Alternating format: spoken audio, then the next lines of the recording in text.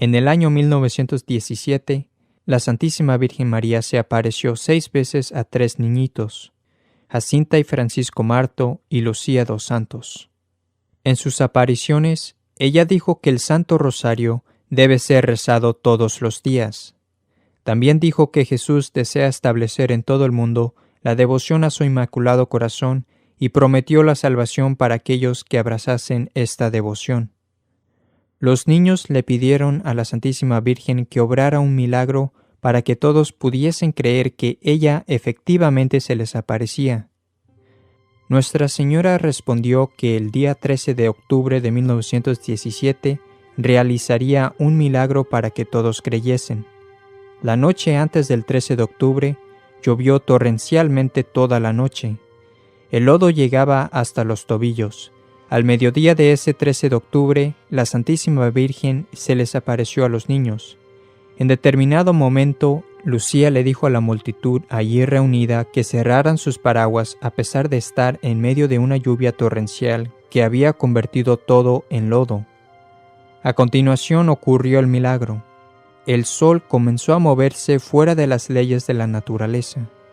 El sol parecía cambiar de colores y bailaba en el cielo, girando rápidamente como una rueda gigantesca de fuego. Después de 10 minutos, comenzó a caerse hacia la tierra. Miles de personas de los 60,000 que allí se reunieron para atestiguar el milagro prometido, empezaron a llorar y cayeron al suelo pensando que había llegado el fin del mundo. Justo antes de que el sol chocara con la tierra, cambió completamente su dirección y regresó al cielo a su posición acostumbrada. Muchos de los enfermos fueron curados inmediatamente. Los milagros maravillaron a la multitud congregada. Se convirtieron duros incrédulos, incluyendo ateos y masones, y confirmó a miles en la fe católica. Y hubo un segundo milagro, porque el lodo en el suelo y las ropas de las personas se secaron instantáneamente. La gente exclamó: ¡Milagro! ¡Milagro! Más tarde, un científico examinó el suelo donde se llevó a cabo el milagro y dijo que la cantidad de energía para poder secar todo el suelo y las ropas tendría que ser la de una gigantesca bomba cayendo en el área. Claro, si una bomba hubiese caído, todas las personas habrían muerto. Así que verdaderamente fue un milagro obrado por la Santísima Virgen.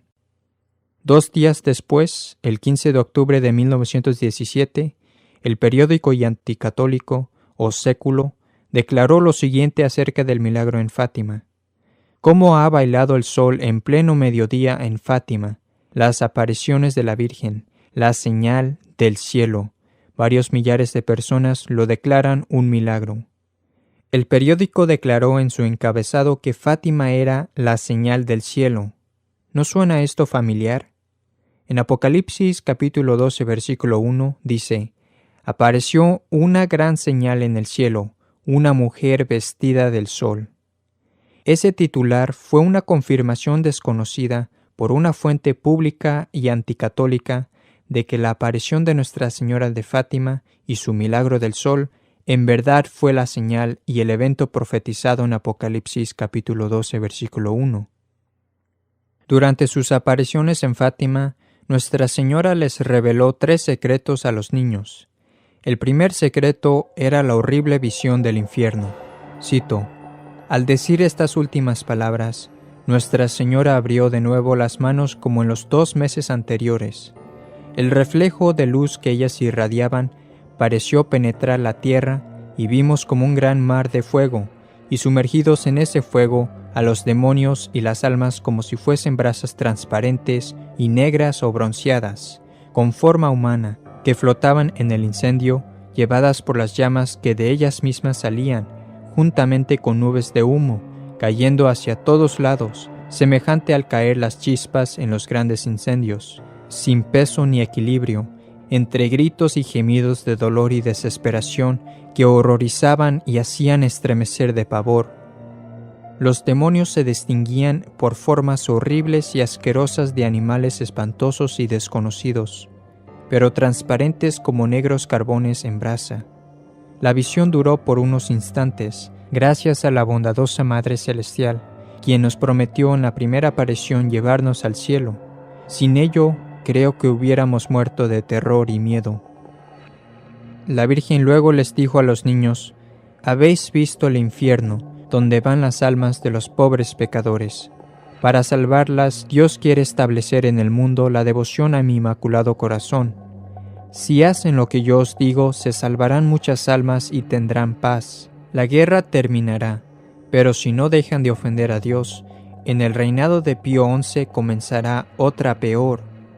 Cuando viereis una noche iluminada por una luz desconocida, sabed que es la gran señal que Dios os da de que va a castigar al mundo por sus crímenes, por medio de la guerra, del hambre, de la persecución de la Iglesia y al Santo Padre.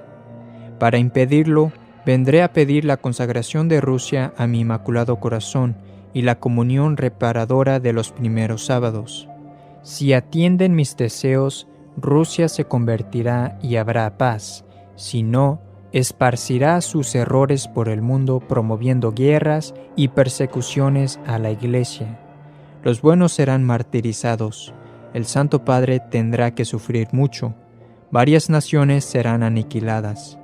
Por fin, mi Inmaculado Corazón triunfará. El Santo Padre me consagrará a Rusia, que se convertirá y será concedido al mundo algún tiempo de paz. En Portugal, el dogma de la fe se conservará siempre, etc. Esto no lo digáis a nadie». Fin de cita. Entonces, la primera parte del secreto de Fátima fue la visión del infierno.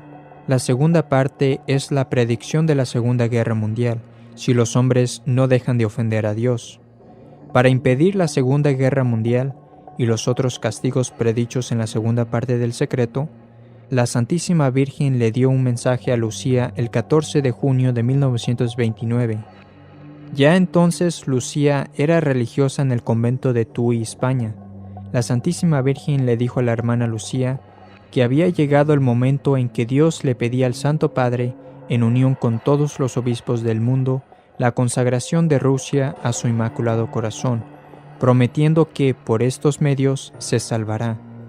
El Papa Pío XI nunca consagró Rusia, y en la noche del 25 de enero de 1938, el cielo de Europa fue iluminado por una luz desconocida tal como había sido predicho por la Santísima Virgen. Hubo personas en Suiza que podían leer sus periódicos a las 11 de la noche afuera de sus casas. La hermana Lucía confirmó que esta luz desconocida era la gran señal dada por Dios, significando que estaba a punto de castigar al mundo entero. Poco después de la gran luz, la Segunda Guerra Mundial comenzó, cumpliéndose así la segunda parte del secreto. La tercera parte del secreto es la continuación de las palabras: «En Portugal el dogma de la fe se conservará siempre», etc. Muchos de los hechos tocantes a la cronología del mensaje de Fátima fueron descubiertos por el investigador de Fátima, Frère Michel. Estando en el convento de las Hermanas Doroteas, en junio de 1943, la hermana Lucía se enfermó gravemente. Si bien ella había escrito las 2 primeras partes del secreto, aún le faltaba por escribir el tercer secreto. Su condición física era tan seria que el obispo da Silva de Fátima estaba muy preocupado. El 15 de septiembre de 1943, el obispo da Silva viajó a España y le pidió a la hermana Lucía que escribiera el tercer secreto, cito, si es que en realidad quería hacerlo. La hermana Lucía le pidió al obispo que le diese un mandato formal por escrito.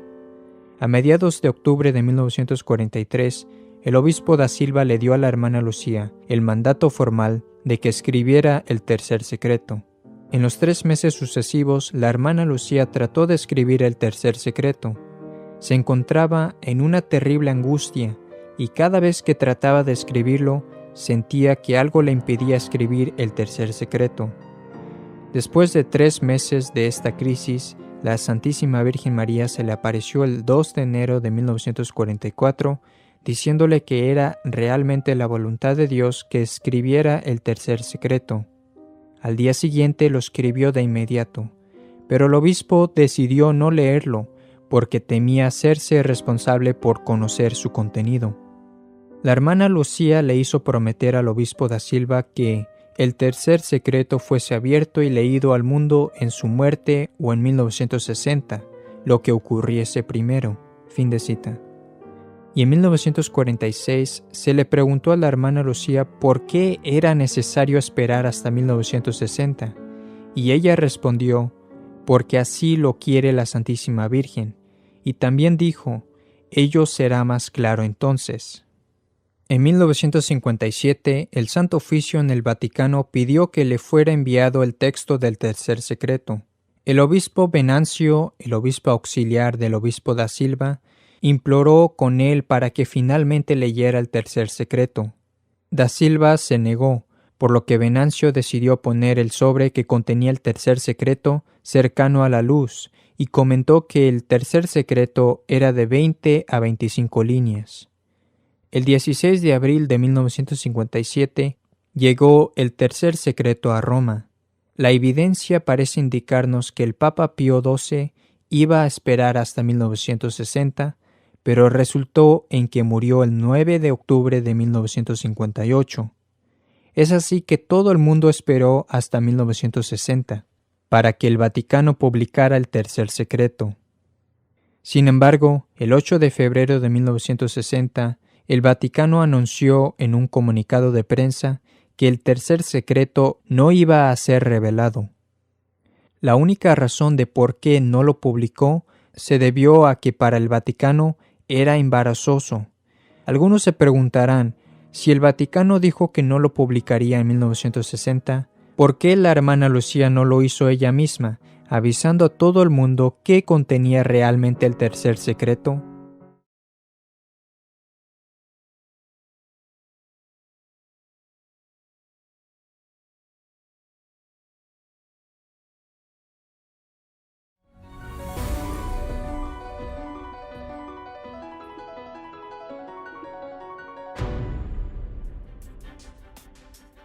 El próximo 25 de marzo, el Papa Francisco ha decidido realizar una consagración de Rusia y Ucrania al Sagrado Corazón de María.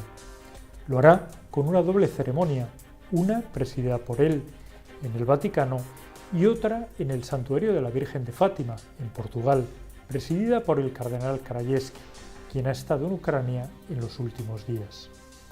La consagración de Rusia es una de las peticiones que, según uno de los tres pastores videntes, Lucía dos Santos, le realizó la Virgen María en 1917, cuando aún no había comenzado la Revolución Rusa.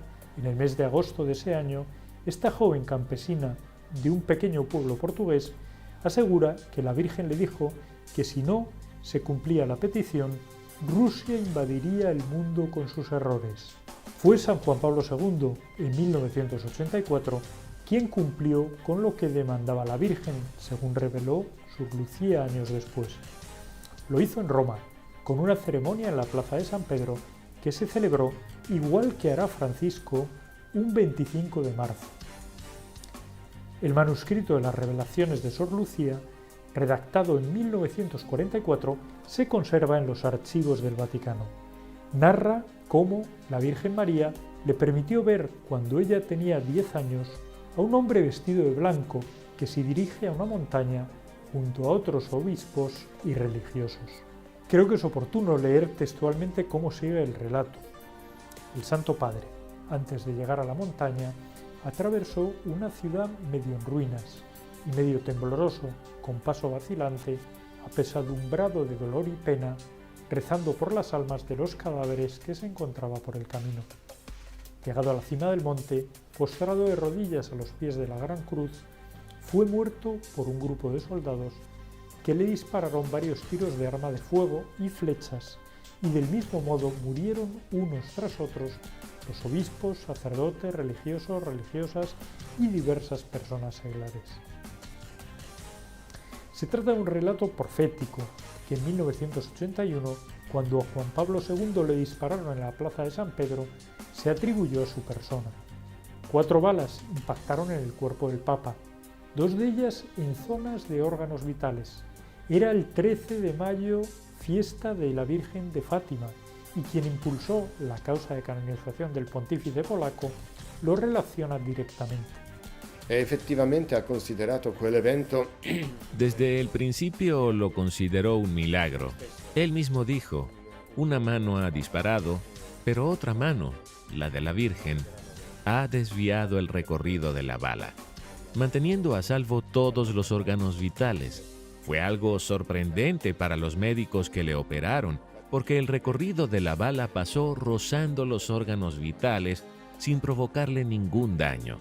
Hay que recordar que pocos años después de la consagración a María que hizo Juan Pablo II, cayó el muro de Berlín.